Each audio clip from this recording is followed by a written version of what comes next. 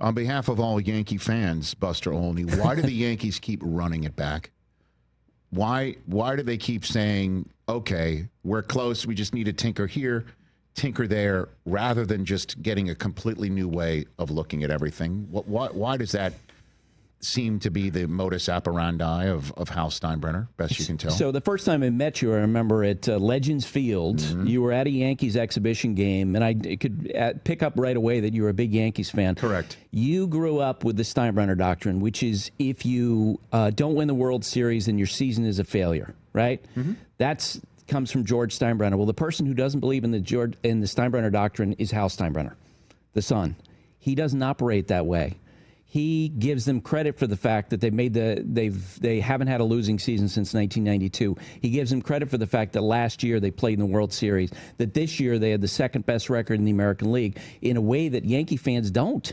Well, I mean, I just to I guess broaden this out a little bit. I don't believe fully in the George M. Steinbrenner III doctrine, because that on occasion was extremely unhealthy. It put undue pressure on a lot of people. It made things ugly. It wasn't the way I would run a franchise. But I'm just saying a little bit of that is something that Hal could actually take here, because at this point in time, it looks like I'm genuinely concerned that Aaron Judge's talent is being ultimately wasted right now. Right. Because he's surrounded by a lineup that doesn't get on base for him enough. It's just all hit or miss.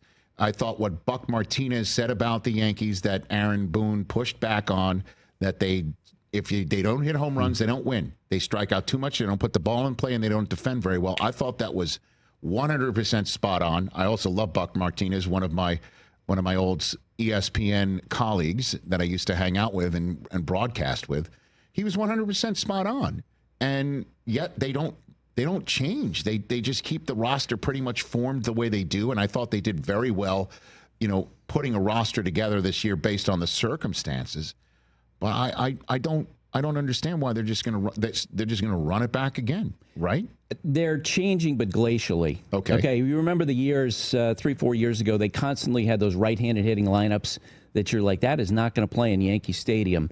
And that was an all-or-nothing lineup. They gradually, by adding Jazz Chisholm, last year they traded for Cody Bellinger. They have become a little bit more versatile, a little bit more speed. But I think as they move forward, they're going to take more examples from teams like the Blue Jays, like the Milwaukee Brewers, where they'll add more players who are versatile, can play different positions. And let's face it, they have to figure out shortstop. Anthony Volpe, it's 3 years now. They've been waiting and waiting and waiting. He seemed to be an absolute regression last season. I know he was injured.